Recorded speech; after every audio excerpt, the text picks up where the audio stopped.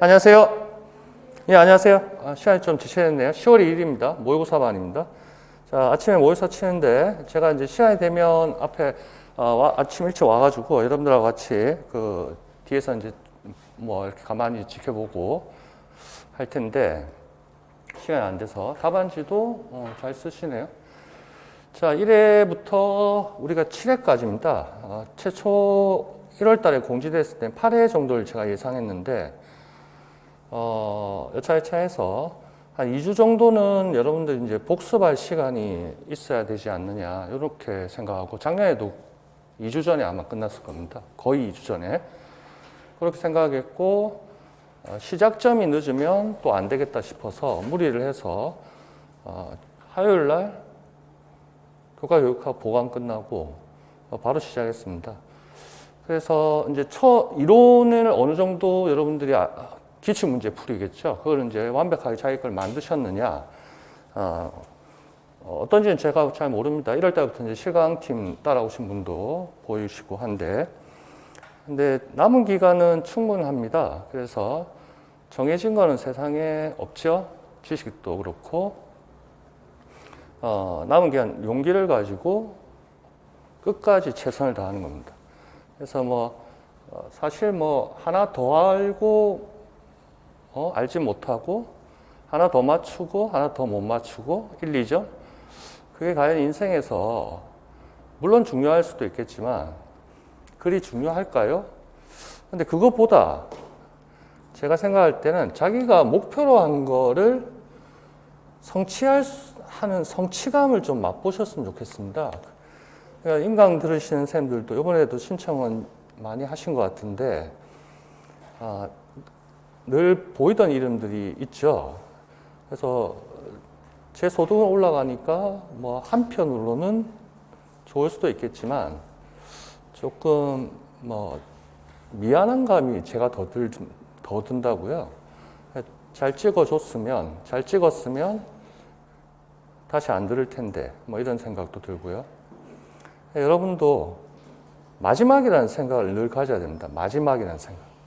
이번이 마지막이야 이렇게 생각하셔야 됩니다. 내년에 올해 19명이죠. 내년에 뽑을지 안 뽑을지 아무도 모르잖아요. 그러니까 늘 마지막이라는 생각으로 이번 마지막에 승부를 걸겠다 그런 생각으로 하셔야 됩니다. 그렇게 하시다 보면 시간은 순식간에 가고 좋은 결과가 있을 겁니다. 자, 시간이 늦었으니까 1시간을 까먹었으니까 시작해보죠. 자, 그리고 자신 없는 사람은 지금 좀 안 좋은 말이지만 나 끝까지 달릴 자신이 없어 이런 사람들은 과감하게 정리를 하셔야 됩니다. 시간 낭비하지 마시고 그러길 바랍니다. 끝까지 최선을 다할 뿐만 같이 하시고, 아니면 그 시간에 더 좋은 일을 하십시오. 그래서 흐지부지 공부하느니 아예 그냥 접으십시오. 그게 더 인생이 더 편합니다. 화끈하게 공부할 사람만 화끈하게 하고, 그래서 이제 하늘에 맡기는 거죠. 그게 아니면 자기가 더 잘할 수 있는 분야는 충분히 많거든요. 그런 쪽으로 더 올인하시는 게 좋지 않느냐. 늘 말하지만 절박함이 있어야 됩니다. 절박함. 그리고 밖으로 드러나지 않는 분노감이 있어야 됩니다. 분노감. 왜 나는 보여주지 못하느냐. 자기 자신한테 좀 분노를 느껴야 됩니다. 남들 다 이런 말 하면 안 되지. 남들 다는 아니고 어려운 시험이고 물론. 그래서 자기 스스로한테 만족할 수 있게끔 자기 스스로한테 먼저 보여줘야죠. 합격증을. 자, 그리고 가족들 기쁘게 하고. 자, 갑시다. 자, 가겠습니다. 자, 1번 문제부터 쫙 봅시다. 오늘 좀 아쉽게 생각하시는 분도 계실 텐데요. 제가 이제 시간이 조금 핑계지만 부족해서 지난주도 5일을 강의를 하고 막 이랬습니다. 그래서 지금 잠을 안 잔 지가 36시간이 넘었나? 그러니까 이걸 미리미리 준비 왜 안 했느냐? 그럼 또 이때까지 열심히 살았는데 시간이 없었다. 또 이렇게 말해야 되고. 그래서 신선한 문제가 없습니다. 작년에 했던 문제가 거의 대부분입니다. 신선한 문제가 없고. 그래서 그 문제 만드는 재미가 있고, 매년 모의고사 할 때마다 한 60% 정도는 새 걸로 교체하거든요. 그래야 이제 여러분들한테도 뭔가 체면이 서고 그런데 요번 1회부터 좀 시간 타이밍이 이제 다른 일도 많이 겹쳐서 많이 못 넣었어요. 근데 이제 앞으로는 새로운 문제들 많이 넣도록 하겠습니다. 왜냐하면 이제 계속 매년 들으시는 분은 늘 봤던 문제란 말이야. 그래서 조금 신선하게 생각하지 못할 분도 계실 것 같아서. 자, 갑니다. 가보죠. 자, 대부분 이제 제 수업을 들었는지 안 들었는지 모르겠지만 그런 관계없이 하여튼 제 스타일로 하겠습니다. 자, 1번 보시고요. 자, 이거는 2점짜리 문제인 건 다 알고 있고요. 고교 학점제 가에서 얼핏 힌트를 주고 있죠. 근데 사실 나는 뭡니까? 나는 총론에 있는 내용입니다. 총론에 우리 특성하고 그쪽에 공통사항에 있는 사항입니다. 제일 마지막에. 그러니까 최근에 2022호 2022년 1월 17일 그때 가장 따끈따끈한 발표된 추가됐죠. 신설된 항목입니다. 그래서 총론 나중에 이제 꼼꼼하게 살펴보시고요. 그래서 첫 번째 동그라미는 총론이고요. 그리고 밑에는 총론 해설서에 있는 내용입니다.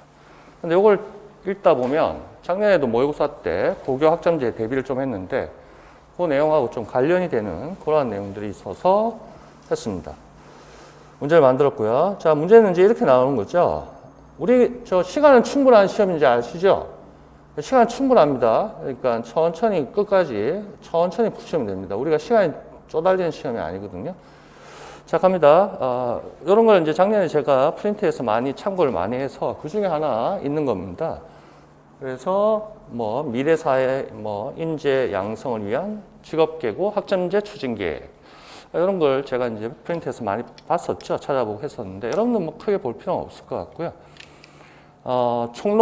총론가 지금 현재 2022호입니다. 그래서 이제 내일 모레 이제 발표나죠. 본 공고 나면 총론이 어디까지인지 범위가 나올 텐데 2022호 여기 22년 초니까 당연히 이제 범위가 될 거고요. 총론과 그에 따른 총론 해설에 결국에 우리 총론 목차 중에는 교육과정 로마자 2죠. 학교급별 교육과정 편성 운영 그 중에 고등학교 4번 가지요. 맞나? 그 다음에 거기에서 나아였죠. 나아해가지고 교육과정 편성 운영 기준 거기에 방갈로 1번의 공통사항 이렇게 해서 9가지인가? 하하까지인지 뭐 있을 겁니다. 14개인가? 그 중에 제일 마지막에 들어온 겁니다. 근데 요때 2022년 1월 17일 요때 고시된 겁니다. 발표됐다. 그렇게 생각하면 되겠고요. 자, 그랬을 때 용어를 적어라. 이렇게 나오죠. 그래서 여러분들 다 우리 수업 시간에 다 했지만 산업보건안전? 맞나요? 산업보건안전? 안전? 뭐 그런 것도 나왔고 뭐 이상한 거 많이 물어봅니다. 산업직무? 별책 25에? 그래서 꼼꼼하게 보셔야 되는데 이런 것도 가능성이 있죠. 이제 고교 학점제 다들 아시겠지만 2022년 올해 입학생부터 특성화고도 고교 학점제 이제 대상이 됐고 시행했다는 얘기입니다. 이미 2020학년도부터 3학구는 시범 삼아 대상이 됐었고 그래서 20학년도, 21학년도 대상 학점 배당표가 있고 그리고 요번에 발표된 요번은 아니구나. 22년 1월 달에 발표된 2022-25에서는 표4에서 특성화고 3학구를 한 묶음을 묶었습니다. 그래서 그 전에 있는 3학구 2020 입학생한테 적용되는 것은 2년 하고 치웠단 말이죠. 근데 3학년 애들이 있거든. 걔네들이 내년에 이제 3학년 되는 애들은 아직까지 그걸 적용합니다. 자, 고교 학점제 뭐 논란이 많지만 자, 학생의 기초소양 기본학력 뭐 좋은 얘기네요. 이수 기준에 도달한 과목에 대해서 학점을 취득 누적하여 졸업한다. 자, 요거는 이제 나중에 또 제가 만든 문제 또 보고 이론 정리할 겁니다. 몇 프로죠? 이게? 혹시 아시나요? 40%죠? 그리고 출석률은 3분의 2. 그 두 가지 조건이 있을 겁니다. 그래서 그걸 만족하면 이제 졸업하겠다. 뭐 그렇게 얘기를 하더라고요. 좋은 건지 나쁜 건지 판단은 제가 할 필요는 없고요. 자, 그렇게 해서 여기에 추진 계획에서 이렇게 정리가 되어 있습니다. 뭐 알 필요 있나요? 뭐 좋은 얘기들밖에 없죠. 선택 과목에 대해 어쩌고 저쩌고 좋네요. 근데 이런 단어들을 잘 봐달라는 겁니다. 그래서 제가 추구하는 게 항상 문제 속에 답이 있다 늘 말씀드리죠. 그래서 사실은 나에만 기역, 니은, 갈로가 있습니다. 맞죠? 왜 위에는 없습니까? 가에는. 거기서 힌트를 찾으라는 거죠. 작년 시험도 이런 게 있었죠. 작년 시험도 이런 게 있다고. 가에서는 갈로가 없는데 나에서만 갈로 있는데 가에서 힌트를 받을 수 있었냐? 근데 작년 거는 없었어 사실은. 근데 우리 거는 지금 요거 제가 만든 건 된다는 얘기죠. 그래서 최소 학업 성취 보장이라는 그러한 중점 사항이 있습니다. 학생들이 과목 이수 기준에 도달하여 학점을 취득할 수 있도록 책임 교육을 강화하여 기초소양과 기본학력 보장하겠다. 뭐 애울 필요 있습니까? 애울 필요까지는 없다고 생각하는데요. 여하튼 이거죠. 최소 학업 성취를 보장하겠다. 자, 성취 기준입니다. 학업 성취 기준이 아니고 성취 수준으로 보셔야겠죠. 평가 쪽에 우리 별책 25의 목차에 평가 있죠. 거기에 성취 수준 돼 있죠. 영역별 성취 수준가 나아가 가가 평가의 주안점 나아가 영역별 성취 수준 SAP 등급. 자, 그렇게 해서 학점제 중간에 이제 날리고 뭐 이런 내용도 있었다는 거죠. 전문교과 2 실무 과목에 최소 학업 성취 수준 예로 40%인데요. 제가 알기로 40%로 알고 있습니다. 최소입니다. 설정하고 미도달 학생에게 보충 학습을 지원한다. 작년 문제도 보충 학습 있었죠. 누구였지? 무슨 모형이었지? 1교시 교육학 문제. 우리 엊그제 누구 모형이었네? 기억이 안 난다. 부름이었네. 자, 부름인지. 자, 그렇게 해서 보충 학습을 지원하겠다. 최소 성취 수준 기준 설정 미도나 보충 학습. 요게 이제 키워드고 요거하고 엮여서 이제 나의 총론으로 제가 가는 겁니다. 자, 그래서 학교는 과목별 최소 성취 수준이라고 되어 있습니다. 자, 최소 성취 수준입니다. 몇 년 전에는 성취 기준에 대해서 개념을 적어라 이런 게 있었죠. 그래서 실무 과목 NCS의 성취 기준은 결국에 수행 준거라고 하고 똑같은 말이라 했고 성취 기준이라는 것은 곧 학습 목표, 교육 목표라 했죠. 근데 얘네들은 지금 성취 수준입니다. 그러니까 예전에는 전 잘 모르지만 5등급이 있었나요? 그 애들 점수 매기는 게 A, B, C, D, E 뭐 그랬나요? 근데 지금은 이제 40% 이상만 되면 졸업시키겠다 이런 겁니다.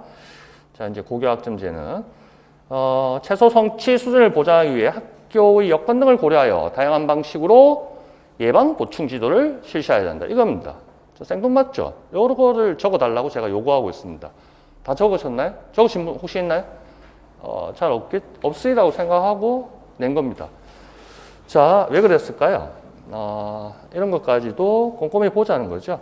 작년 시험에 보충학습이 나왔으니 혹시나 해서 그리고 최소 성취 수준 그런 것들이 고교학점제에 중요하니 그래서 지금이라도 외워주십시오. 갈로는 항상 글자 크기만큼 벌어지지 않습니다. 그런 선입관을 가지면 안 됩니다. 자, 최소 성취 수준 집에 가서 총론 잘 찾아보셔야 되죠. 공통사항의 마지막에 신설된 거 예방 보충지도. 자, 오른쪽 페이지 가겠습니다. 자, 항상 왼쪽에 문제가 있고, 그 밑에 이제 이론, 답, 그리고 그 밑에서부터 오른쪽, 그렇게 해서 해설이 나오고, 이렇게 해서 펼쳐서 보시면 보기 쉽고요. 자, 요거 우리 교육과정 할 때, 교과 교육할 때 다 했던 것들이고, 페이지를 내년부터는 적지 말아야겠다. 보기가 안 좋네. 자, 학교급별 교육과정 편성 운영 기준 거기에 있었고요. 4번에 고등학교 1번 기본사항 14가지인가 있었고 고등학교가 편제와 학점 이제 바뀌었다는 거 다 알죠? 학점 배당 기준으로 다 바뀌었고 언제? 22년 1월 17일 제2020 2호입니다.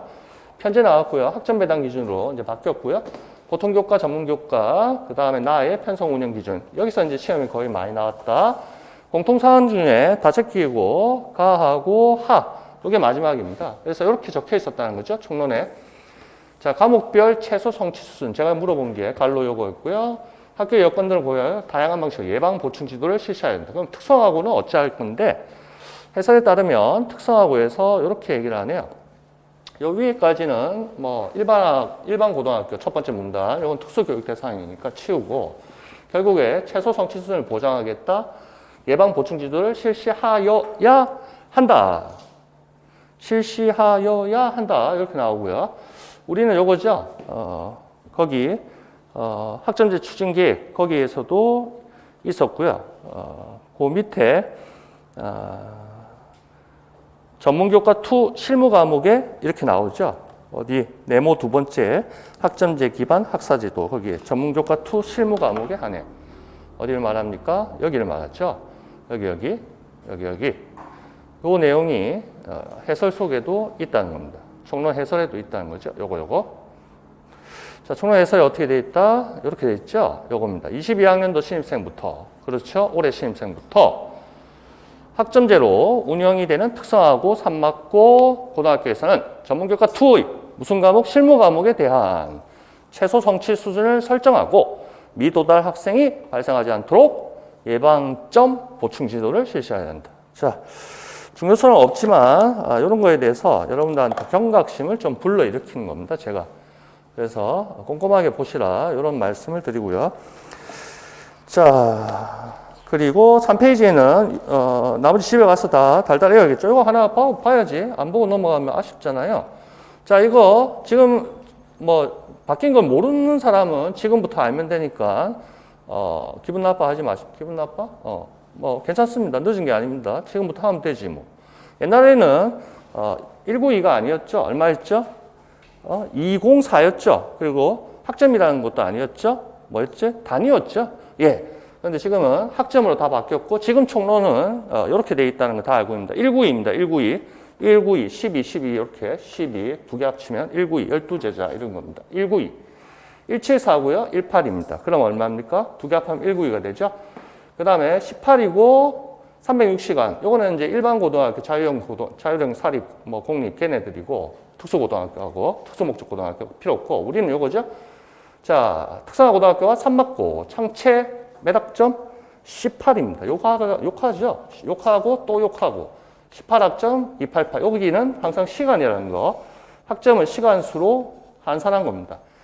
자, 학점을 시간수로 환산하면 288시간입니다. 곱하기 몇을 해줬다? 몇? 16.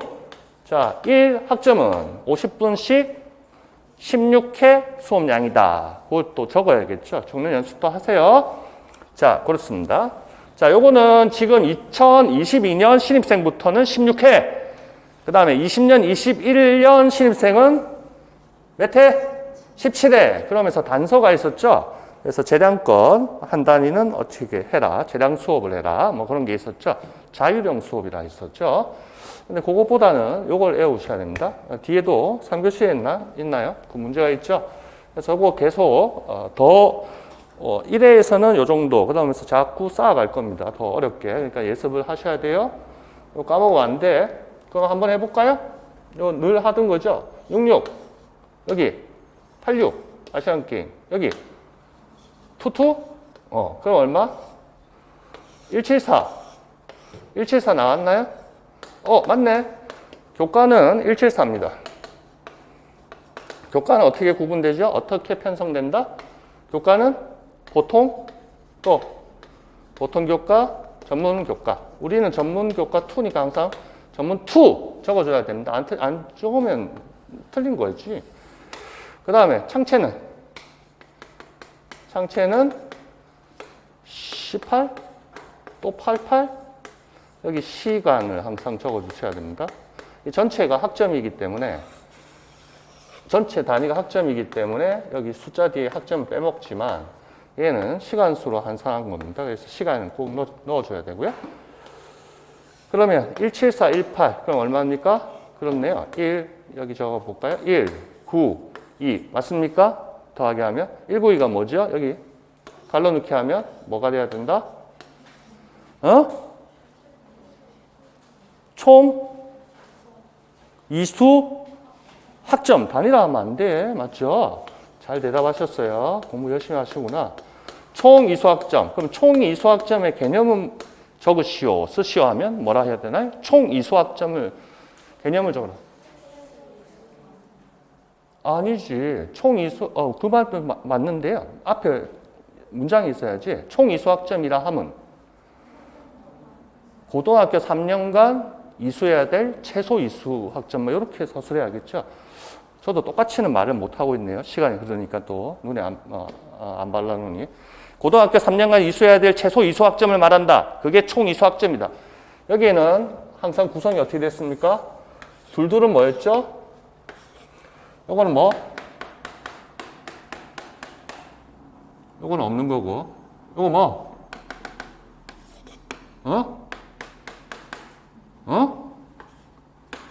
필, 수, 이, 수, 학점. 요 앞에 공통 과목이 있는 거 아니에요? 국수, 영한, 통사, 통과. 공통 과목. 공, 필, 뭐? 자. 이거 나도 못 까먹었다. 자율 편성 학점? 자유야, 율이야? 자율.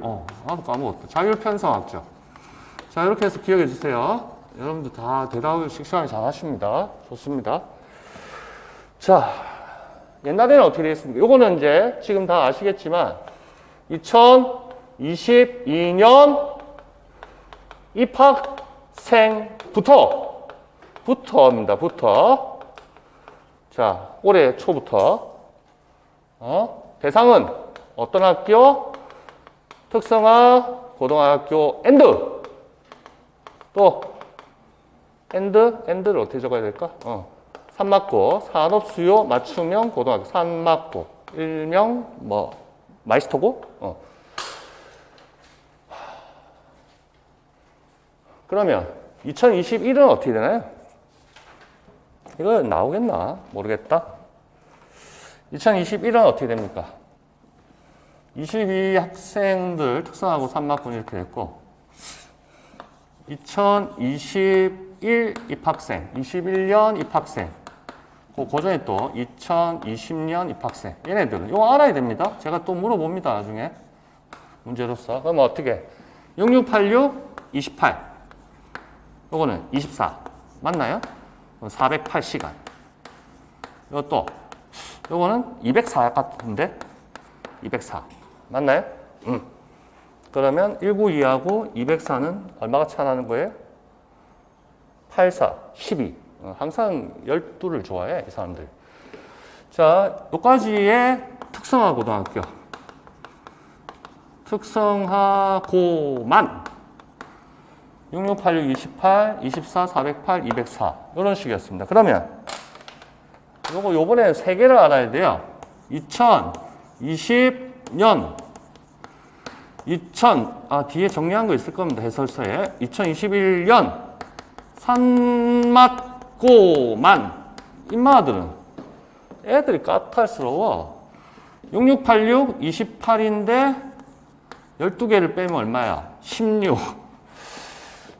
힘들게 해요. 그 다음 얘는 18에서 12개를 빼면 얼마야? 아니구나.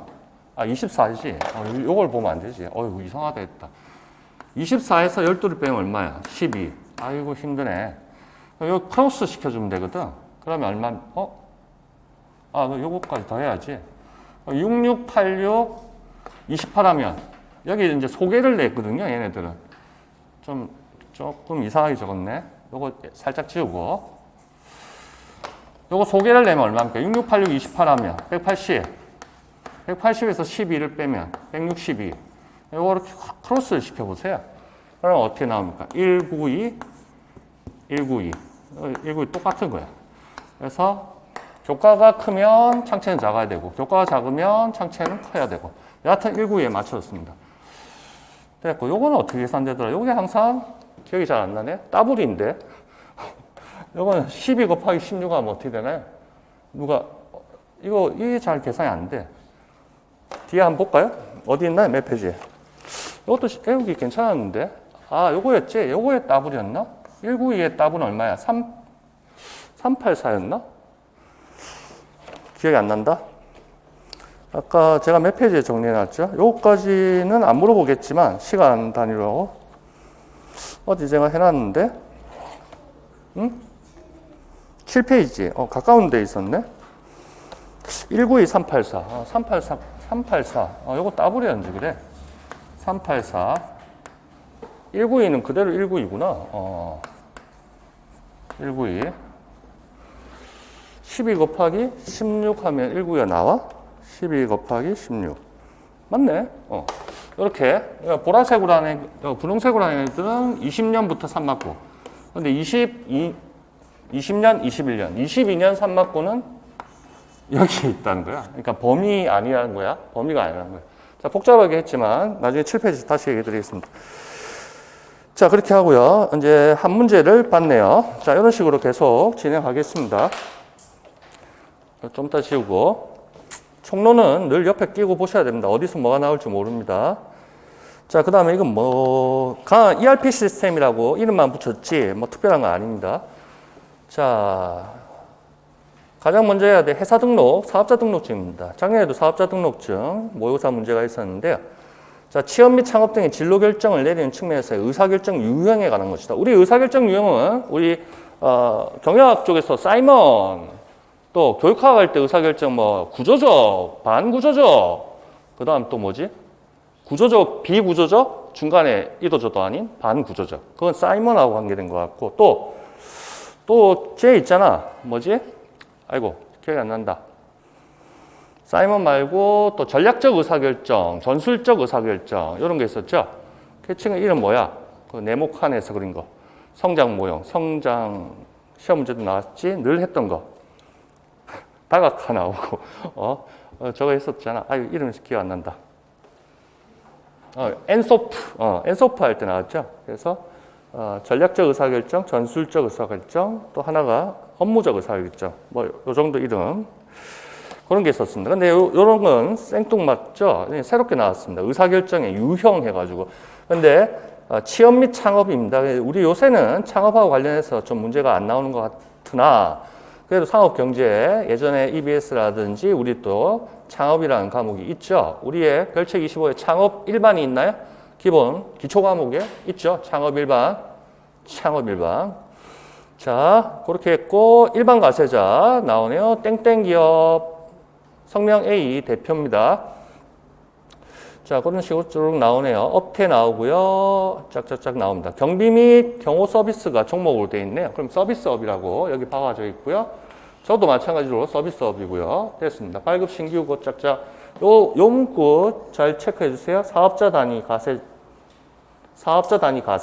요런 요 문구 잘 체크하세요. 나중에 문제에서 한번 볼 겁니다. 여기 갈라놓기 있을 겁니다.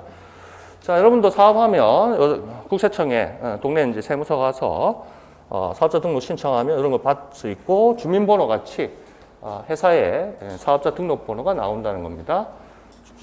자, 이렇게 보시면 되고요. 자, 생년월일이 2002년에 태어났는가 보네요. 2002년이 월드컵 우승할 때. 월드컵 하면 항상 히딩크가 영웅으로 떠오르는데 그 사람이 항상 그랬죠. 저도 그 당시에 보니까 맨날 5대 빵으로 져. 월드컵 몇 개를 앞두고. 근데 히딩크가 뭐라 했죠? 우리는 배가 고프다. 우리는 세상을 깜짝 놀라게 해줄 것이다. 이렇게 하니까 선수들도 그래 기초 훈련을 많이 했다잖아요. 기초 체력 훈련. 그러니까 예전에 국가대표팀이 아니라 지치질 않죠. 잘 뛰고. 그러니까 여러분도 기초 훈련을 많이 하셔야 됩니다. 기초. 공부도 마찬가지고 삶을 사는데 기초적인 체력도 좀 훈련하시고. 자, 그렇게 했고요. 사업자 등록증 이제 구경해보자는 거고요. 작성 방법은 결국에, 서비스업의 특성에 대해서 이제 물어보고 있는 겁니다. 그래서 테마는 서비스업 특성, 그리고 제조업하고 차이도 얼핏 알면 좋겠고요. 그 다음에, 창업에 관한 의사결정입니다. 그래서 여기 보시면 제가 이렇게 적어 놓았죠. 취업 및 창업이라 했습니다. 별책 25에 제일 앞에 별책 25에 로마자 1번에 1-1 하면 교과 교육과정의 목표였습니까? 나왔지. 거기에 취업 및 창업, 진로 이렇게 해서 박혀 있는 거 별책 25 요번에 할 때 내가 말 안 한 것 같다. 저는 그게 그러면 진로가 취업 아니면 창업밖에 없다는 얘기야? 그렇게 받아들일 수 있다는 거예요. 별책 25 로마자 1번에 교과 교육과정의 목표 거기 가서 한번 색칠해 보세요. 늘 말하는데 요번에 아마 안 했던 것 같습니다. 마지막 시간에 교과 교육학 할 때 화요일 날. 자, 그런 거와 관련해서 진로 의사결정입니다. 그래서 제가 뒤져보니까 요게, 우리 저 과목 있죠? 성공적인 직업 생활. 거기에도 이런 내용이 있고, 또 뒤져보면, 인터넷만 쳐보면 논문에 이런 게 많이 있더라고요. 그러니까 우리는 교육학적인 측면의 사람들이니까 학생들 진로, 또 그런 거 많이 또 상담도 하셔야겠죠. 자, 그랬을 때 이렇게 정리가 되더라고요. 훌륭한 사람들이 세 개로 딱 분류를 했습니다. 의사결정을 어떻게 방식을 말한다, 이해하고 의사결정, 영향을 미친다, 뭐 조건, 뭐 좋답니다. 뭐 알 필요 없고. 그래서 유형만 세 가지만 기억해주면 되겠다. 그래서 진로 정보를 신중하게 수립하고 논리적인 결정을 내리는, 이건 뭘 적어야 됩니까? 경영학에서, 경영학이든 경제학이든 양대산맥이 효율성 아니면 효과성입니다. 거기에 이제 맞는 키가 되거든요. 그러면 효율성이나 효과성을 추구한다는 건 뭐 어떤 걸 말합니까? 합리적이다, 이성적이다 이런 거죠. 근데 이성적 적기에는 좀 그렇죠. 합리적이라는 거. 진로에 대해서 논리적이기보다는 상상과 정서적인 자각을 활용하는 직관적 유형. 이런 사람이 사실은 동물적 감각이 있는 훌륭한 사람인 것 같은데 제 느낌에는 사실 천재들은 다 직관적이지 않을까요? 진로 결정에서 타인의 영향을 많이 받고 수동적인 경향을 갖는 의존적인 유형. 그래서 세 가지가 있다는 걸 좀 정리를 해 주십시오. 어디에 나온다? 그렇죠. 성공적인 직업 생활. 거기에 교과서에 나오더라. 이거죠. 그래서 의사결정의 유형이라는 테마고요. 의사결정의 유형. 뭐하니? 의사결정의 유형이 맞지? 자, 의사결정의 유형이라는 테마에서 지금 세 가지로 구분했더라. 그걸 이제 기억을 하는 거죠. 어떻게? 합리적, 그리고 직관적, 그리고 수동적인 의존형. 자, 근데 뭐에 따른 의사결정입니까? 그렇습니다. 진로라는 큰 테마입니다. 진로는 크게 두 가지로 나눕니다. 어떤 회사에 취업하느냐, 창업하느냐. 별책 25 앞에 첫 장 보시면 나옵니다. 여러분들은 뭡니까? 여러분들의 진로는 취업? 크게 보면 취업인가요, 여러분들은? 맞나요? 저는 창업? 저는 창업이었을까요? 세무사무실 하는 게. 자, 그렇게 해서 요 유형이 세 가지가 있더라. 그거 기억만 해주면 되겠습니다. 자, 특별한 건 아니고요. 자, 그리고 니은에 들어갈 얘기를 쓰라. 이거 내가 합리적. 그 다음 기억은 어디에 있어? 기억은 밑에 작성 방법 쪽에 문제를 내고 있어. 참 독특하죠. 가의 땡땡 기업은 서비스업이다. 그 서비스업이라고 종목에 섞여 있네. 이런 단어도 잘 기억해 주세요. 자, 여기 업태하고 종목이 되어 있거든요. 그래서 도소매업이라든지 표준산업 분류표가 있는데요. 그거 저도 맨날 보지만 뭐 그냥 그렇게 하시면 되겠습니다. 업태, 도소매, 제조 뭐 이런 식으로 크게 구분한다. 이렇게 보시면 되겠고요. 종목은 좀 자세하게, 그래서 서비스는 서비스인데 경비 및 경호에 대한 서비스더라. 뭐 이런 뜻입니다. 알 필요 없고 이런 단어들만 조금 혹시 모르니까. 사업의 종류라 했네요. 사업의 종류. 요거 사업자 단위 과세제도, 사업자 단위 과세제도, 사업자 단위 과세제도. 언젠가는 만나볼 겁니다. 친하게 지내야 됩니다. 사업자 단위 과세제도, 사업자 단위 과세제도. 자, 의사결정 유형은 진로 정보, 요거 했잖아. 그 다음에 밑에, 자, 가의 땡땡 기업은 서비스 기업이다. 난 사업자 등록증 보면 알 수 있어. 난 눈이 있는데, 서비스가 적혀 있는데. 자, 서비스업은 품질에 대한 표준의 어려움. 뭡니까? 요거는 일반적이니까, 일반적으로 이렇게 얘기를 하니까 어쩔 수 없이 우리는 그냥 외울 수밖에 없겠죠. 그래서 품질 표준이 어렵기 때문에 다양하다. 생산과 동시에 소비가 이루어진다. 서비스라는 거는 그렇겠죠. 생산하면서 동시에 소비가 이루어진다. 그래서 동시성을 가지고 있다. 그래서 그런 단어들만 좀 잘 체크를 해주세요. 동시성. 요거는 다른 책에, 성공적인 직업생활 말고라도 경영 일반이라든지 그런 교과서들에 한 세 가지 정도는 나옵니다. 경영 일반이 맞을 겁니다. 예. 이질성. 뭡니까? 서비스를 제공받는데 베테랑한테 받는 거하고 저기 말단한테 받는 거하고 다르겠죠. 그러니까 이질성이 있다. 그러한 특징이나 성격이 있다. 그 정도입니다. 기억에 들어갈 용어. 그래서 품질에 대한 표준이 어렵기 때문에 다양성이다. 품질 차이가 많이 격차가 많이 난다. 그래서 이거는 생각하지 마시고 그냥 기계적으로 이렇게 이제 훌륭한 사람들이 분류해 놨으니 우리는 그냥 받아들이는 것만 너무 기분 나쁘게 생각하지 말고 그냥 받아들이는 걸로 됐습니다. 자, 오른쪽 페이지 갑니다. 서비스의 성격이 나오는데요. 아주 옛날에 객관식 문제 있을 때 우리 경영학 쪽에서 회계사 시험이나 이런 데 나왔던 뭐 그런 게 하나 나왔습니다. 서비스 팩토리하고 뭐 여행사 뭐 이런 게 있었던 것 같은데 그래서 혹시나 해서 자, 무형성입니다. 우리 서비스는 유형이 아니죠. 물리적인 실체가 없다. 이렇게 일반적으로 받아들이고 있습니다. 그러나 요새는 서비스 재하, 그러니까 우리가 서비스를 이때까지 어릴 때부터 용역이라고 늘상 교과서에서 배웠던 것 같습니다. 저는 그랬었는데 어릴 때. 근데 지금 세상에는 용역과 재하가 구분되나요? 구분 안 되는 것 같습니다. 예? 동시에 지급받고 하는 거 아니겠습니까? 크게 구별이 안 되는 것 같습니다. 근데 교과서니까 무형성이라 해놨네요. 서비스를 제공하는 서비스는 형태가 없으므로 생산활동의 결과가 눈에 보이지 않는다. 과연 그럴까? 건설업 같은 경우에도 업종이 서비스업입니다. 건설업이 용역입니다. 용역. 재하의 공급이 아니고 용역입니다. 건물 올라가는 거 보면 눈에 보이는데 이건 교과서니까 이런 식으로 일반화해서 얘기한 것 같습니다. 동시성입니다. 고객과 직접 접촉하면서 서비스의 생산과 소비가 동시에 일어난다. 즉 시간적, 공간적으로 생산과 동시에 소비가 이루어진다. 자, 동시성이라는 거 서비스의 성격입니다. 생산자가 어떤 서비스를 주면 발휘받는다. 뭐 이렇게 생각해 보죠. 이것도 뭐 아닌 경우도 사실 있을 수도 있겠죠. 추후에 받을 수도 있을 것 같기는 한데 그럴지라도 서비스 제공 시점 그 타이밍에서는 공급이 있으면 바로 소비가 있는 건 맞겠죠. 자, 동시성 이름 잘 붙여놨죠. 사람들이 학자들이. 이질성 전달하는 사람의 숙련도 뭐 고객 시간 환경에 따라 내용이나 질이 달라진다. 자, 그런 겁니다. 강사도 학원 강사도 1타 강사가 있고 뭐 학생 없는 강사가 있을 수 있고 다 다른 거죠. 서비스의 질이 다른 거죠. 자, 서비스 제공자와 고객 사항과 같은 서비스 서로 다른 결과를 나타낸다. 소멸성 한번 쓰면 없어진다 이런 겁니다. 생산과 동시에 소비가 바로 이루어지고 끝나면 사라진다. 소멸성. 요새 인터넷으로 계속 무한반복들을 하면 안 되나? 강의? 그건 뭐 사라지는 거야. 세상에 영원한 건 없습니다. 뭐 서비스든 업종이든 뭐 재하든 영원한 게 있겠어요? 영원한 게 있다고 생각하나요?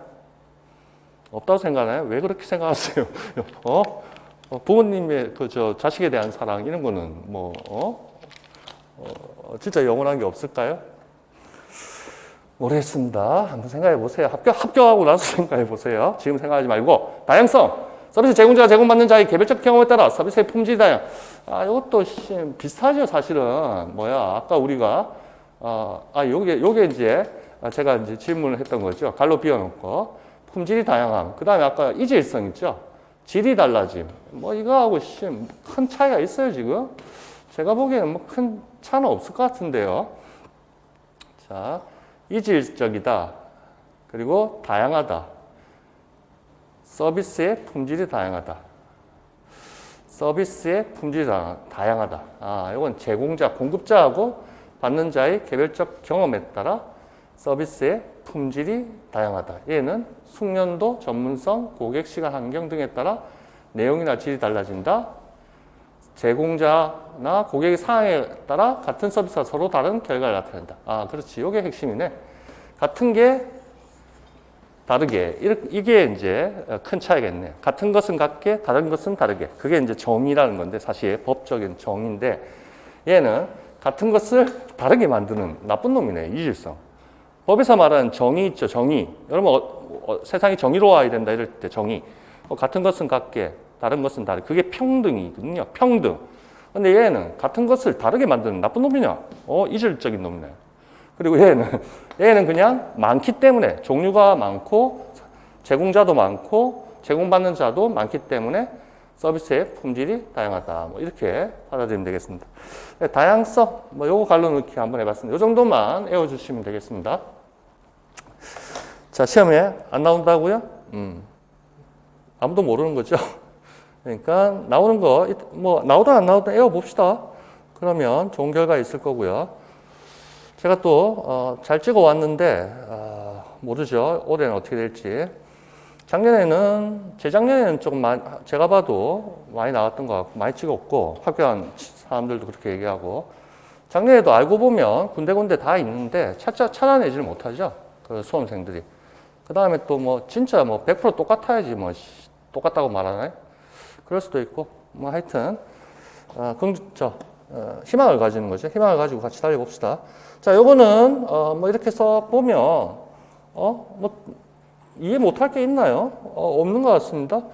재판매가 불가능하다. 소멸된다 했죠? 서비스는. 그 다음에 서비스는 운송이 불가능하다. 참, 이것도 참. 그러니까 두 개를 이제 상대적으로 극단적으로 비교했으니까 이런 표가 만들어졌는데 서비스는 구매자가 생산에 참여한다. 프로슈머 이런 게 기억나네요. 생산과 동시에 소비가 이루어진다. 표준화가 어렵다. 고객 접촉 이건 오타죠. 고객 접촉 많음 서비스. 그리고 고객 접촉이 적음. 뭐 이런 식으로 돼 있네요. 뭐 100%꼭 일어나는 법은 없죠. 그냥 박스는 그렇거니 한번 보시면 되겠고요. 의사결정 유형이 있습니다. 합리적, 직관적, 의존형이 있습니다. 지금 이제 뭔가 앞에 적기가 좀 그래서 안 적었지만 결국 문제처럼 진로 결정을 내리는 측면에서의 의사결정입니다. 이런 논문들이 많이 있더라고요. 교육학적인 측면에서 이런 걸 많이 연구하는 것 같더라고요. 자, 됐습니다. 됐어요. 그래서 합리적, 직관적, 의존적이다. 요 세 가지로 구분되어 있으니까 그것만 잘 기억을 좀 해주시기 바랍니다. 어쩔 수 없습니다. 뭐 이런 게 나올 수도 있으니까. 요것도 어디 있다? 이것도 제 마음대로 낸 게 아니고 어디에 있다? 성공적인 직업 생활. 거기 EBS 책도 있고 뭐 아니면 별책 25에도 있을까? 아마 있을 것 같겠지. 저는 안 뒤져봤지만. 자, 6페이지 가봅시다. 자, 요거는 이제 다 알죠? 자, 이제 조금 더 진도를 빨리 해볼까요? 이거 좀 큰 거 같지 않나? 제가 눈이 너무 힘드네. 커서. 조금 줄여볼까요? 그래. 요즘, 여기 사람들이 많지. 그럼 안 되지. 도로 빡고. 자, 됐다. 여기 선생님들도 계시고, 옛날에는 저걸 했거든요. 이렇게, 블랙으로 하는 걸 뭐라 하나요? 돋보기 화면으로. 시커멓게. 이렇게 막 설명하다가 이렇게 갑자기 봤는데 어떤 여자가 이런 그림이. 그래서 깜짝 놀랐던 적이 있는데. 죄송합니다. 웃으라고 했는데 아무도 안 웃고 저를 이상한 사람. 미안해요. 자, 갑시다. 상업고등학교라 했고요. 교육과정 편성 운영에 관한 회의 내용이다.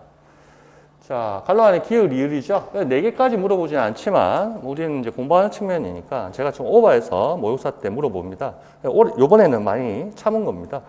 자, 순서대로 쓰세요. 땡땡 상업고등학교는 초중등교육부 시행령 76조의 3입니다. 고등학교 구분해서 몇 가지 있었죠? 4가지였죠. 거기에 따르면 90조는 특수목적 고등학교인데 거기 밑에 제일 아래 가면 산막고가 있었죠. 산업수요 맞춤형 고등학교가 사실은 특수목적 고등학교에 속한다. 그걸 늘 말씀드렸습니다. 특수목적 고등학교가 어디 있어? 이 친구가 예술이라든지 외국어라든지 체육, 과학, 국제 그런 영역들이었죠. 특수목적 고등학교. 거기에 사실은 산막고가 있는데 누구랑 늘상 친구입니까? 학점배당표라든지 옛날부터 단위배당표에서 우리하고 맨날 친구였죠. 자, 갑니다. 저희 학교 2021학년도 입학생의 경우 교과군의 총학점은 168, 180. 그러니까 21학년도 입학생 맞죠? 왜? 산막고는 20학년도부터 시행했거든. 168에서 180을. 그러니까 요 말은 맞다는 얘기야. 자, 창체는 12에서 24학점을 아까 여기 분홍색으로 적었던 거 생각해 보세요. 그래서 168학점과 창의적 체험활동 12학점에 총 180학점으로 편성할 수 있나요? 아니야. 총 이수학점은 192가 돼야 돼. 최소하면 안 된다고 그랬죠? 168. 교과가 168에서 180이면 창체는 12에서 24면 크로스를 시키라고 짝짝 192. 오케이. 요렇게 짝짝 192. 최소는 이 수학점은 192가 돼야 됩니다. 근데 이 교사 A가 신입 교사인가 봅니다. 그래서 교무부장이 야단을 안 치네요. 자, 전체 최소 학점은 168학점이나 교과군의 창체의 최소 학점은 168학점, 창체 활동의 최소 학점은 12학점이나 고등학교 3년간 이수해야 할 최소 이수 학점은 기억 학점입니다. 이거 못 적는 사람 있으면 혼나야 되죠. 192입니다. 따라서 교과군의 총 학점이 168학점인 경우 192 빼주면 192까지 가려면 이사를 창체에 편성해야 된다. 그래서 니은은 24학점. 자, 저희 학교 교사 B가 22학년도 입학생부터 적용하는 학점 배당 기준에 따라 창체 활동의 최소 이수 학점을 이수 시간수로 환산하면 어떻게 되나요? 지가 계산해 보면 되지. 왜 교무부장한테 물어봐? 네, 이수 시간수로 환산하기 위해서는 1학점의 수업량을 알아야겠죠. 그래서 1학점은 50분 수업으로 16회 이수하는 수업량이다. 그러니까 곱하기 18 곱하기 16 해주면 되겠죠. 그렇게 하면 우선 알아야겠죠. 창체 활동의 최소 이수 학점은 몇 학점이다? 18. 요거 하는 겁니다. 18. 자, 22학년도라 했습니다. 22학년 입학생부터 1학점은 50분을 기준으로 몇 회? 16회. 그럼 곱하기 하면 얼마가 됩니까? 18 곱하기 16 하면 또 88? 계속 욕만 하는 거죠. 288.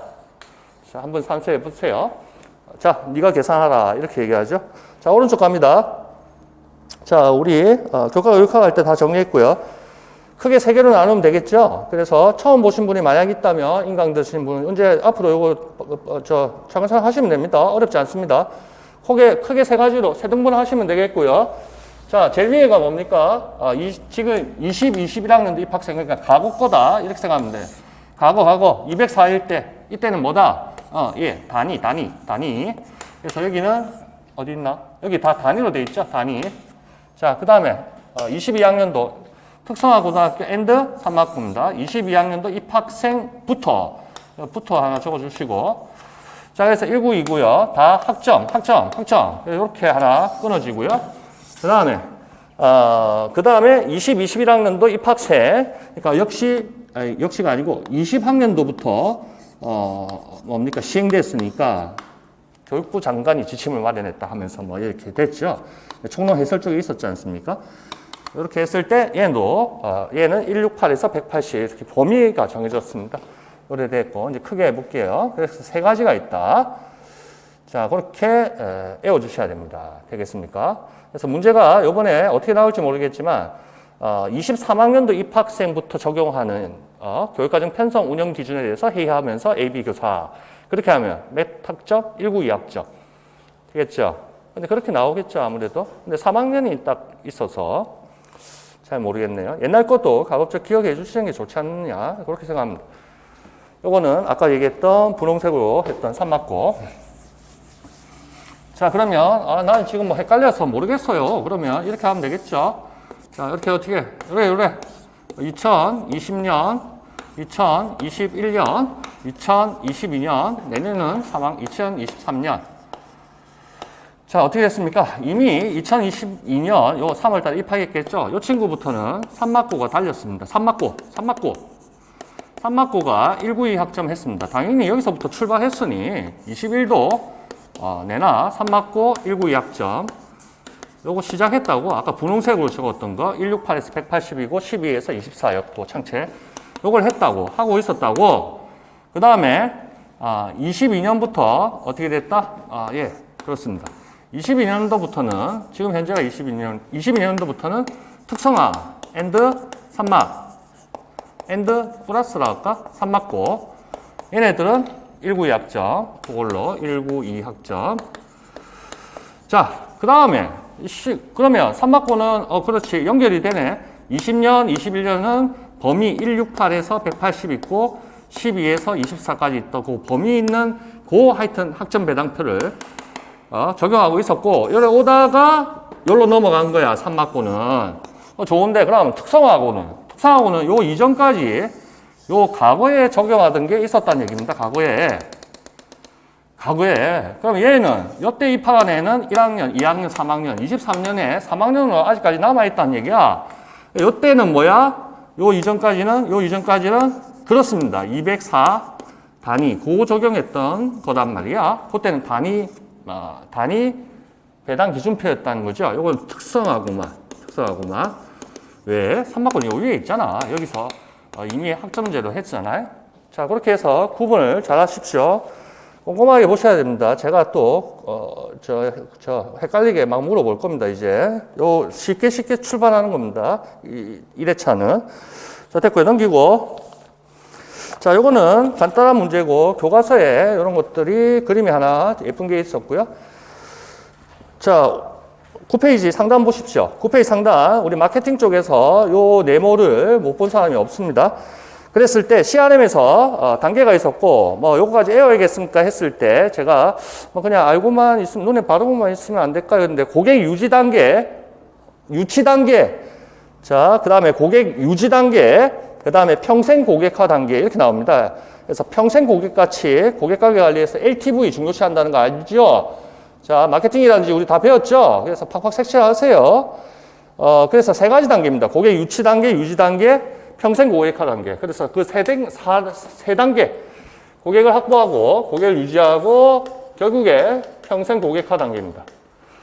자, 뭐 용어는 비슷하게 적었다 그러면, 뭐 점수는 줄 수 있겠죠. 평생 고객화, 뭐 단계까지는 적을 필요는 없겠죠. 여기도 단계라는 얘기는 없으니까. 결국에 X축의 변수가 고객 관리 주기입니다. 그러니까 타이밍을 말하죠. 시간을 의미하고. 자, 그랬을 때 이런 식으로 더 발전한다. Y축의 변수가 수익성이라는 거죠. 수익성. 자, 수익성 지수. 그런 게 생각나네. PI법. 이런 것도 생각. 재무 관리할 때 배웠던 것 같은데, 수익성. 수익성 하면 결국에 저거 재테크의 3요소 할 때도 수익성 나오지 않았네. 안수한 해가지고. 황금성, 수익성, 안전성으로 올해부터 제가 바꿨죠. 이때 나왔고. 결국에 이렇게 수익이 높아진다. 그렇게 답니다. 누구의 수익이? 기업의 수익이겠지. 고객이 중심의 경영 기법을 취하는 가진 기업일 테니. 자, 그래서 신규 고객화 밑에 있구나. 신규 고객화 단계를 거쳐서 이탈 방지 우량 고객화. 자, 그래서 여기에 고객 유치. 신규니까 고객 유치하자 이거 아닙니까? 그 다음에 이탈 방지. 그래, 방지하자. 그럼 유지하자 아닙니까? 여기는 유치. 자, 유치. 요건 신규. 이탈을 방지하자. 그래, 유지. 고객 유지. 그 다음에 수익성, 이제 팍 올라가고, 관계를 아주 강화하자. 고객 관계 관리 다 나왔네. 그럼 요때는 평생 고객화. 그래서 뭐 책들마다 편들 좀 다를 수는 있겠으나, 예전에 우리 옛날부터 그렇게 제가 세 단계로 좀 구별되어 있다는 거 한 번은 좀 기억해 달라 그랬습니다. 그래서 갈라놓기 딱 좋은 게 이제 평생 고객화 단계 이런 것들. 그러면 비슷하면 의미만 부합하면 출제자가 채점할 때 답을 점수를 준다는 거죠. 자, 요 타이틀 그림의 제목이 뭡니까? CRM 고객 관리 주기와 수익성 이러한 그림이라는 거. 그림 테마입니다. 됐습니다. 제가 물어본 게 뭐였죠? 경영기법 명칭 쓰라 했습니다. 그러면 여기에 뭐 ERP 적은 사람이 있습니까? BPR 적은 사람이 있어요? 혹시? 없지요? 그럼 벤치마킹 적어요? 뭐 적어? 리스트럭처링 적을 거야? 여기에 지금 CRM 못 적은 사람이 있어요? 있으면 다음번에 잘 적으세요. 없을 거라고 생각합니다. 다음은 또 있지. 늘 우리는 다음을 기약해야 돼. 맞죠? 다음이 없으면 어떡해? 그런데 참 그렇습니다. 다음이 있다는 생각을 하는 순간 나태해지거든. 참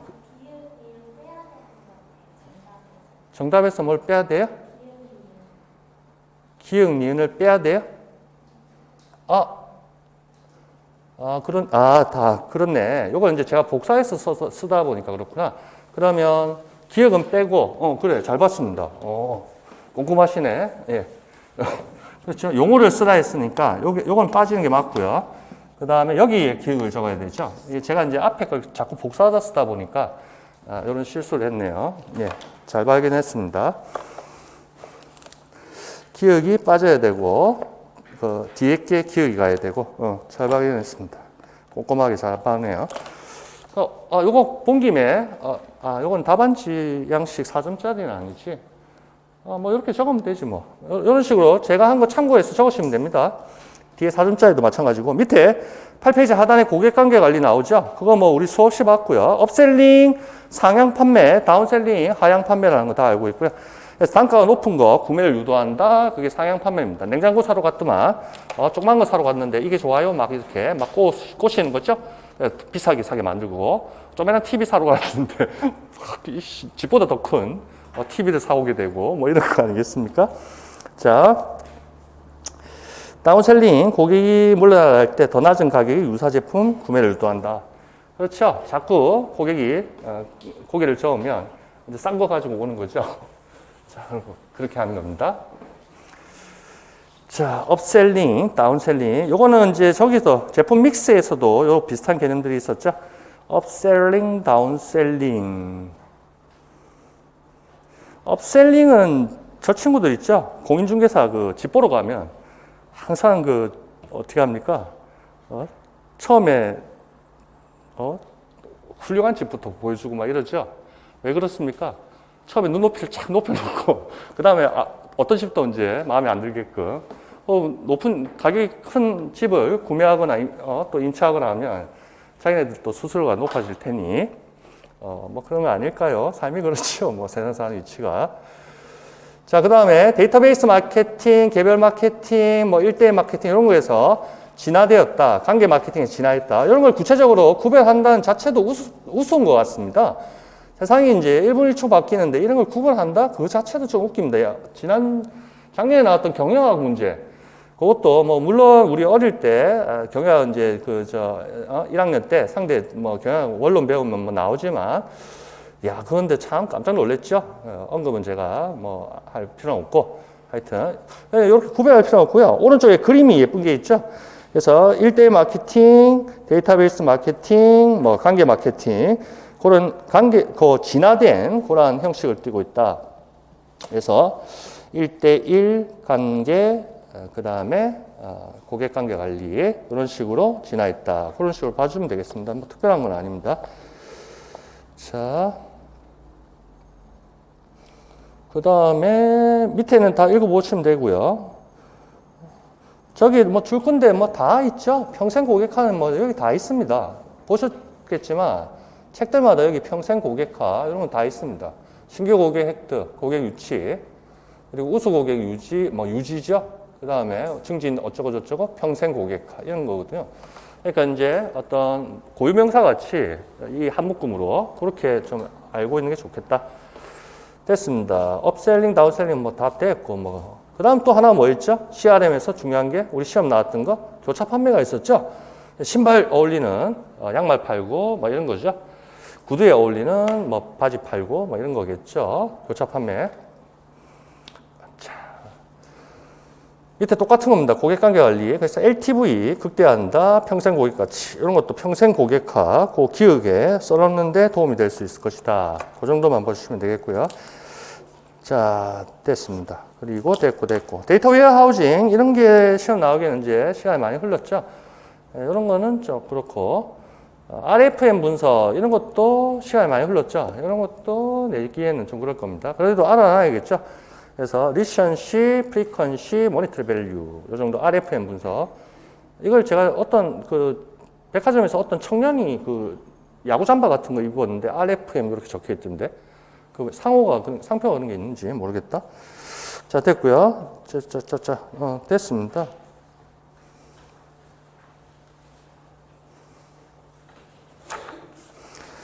자, 그 다음에 10페이지.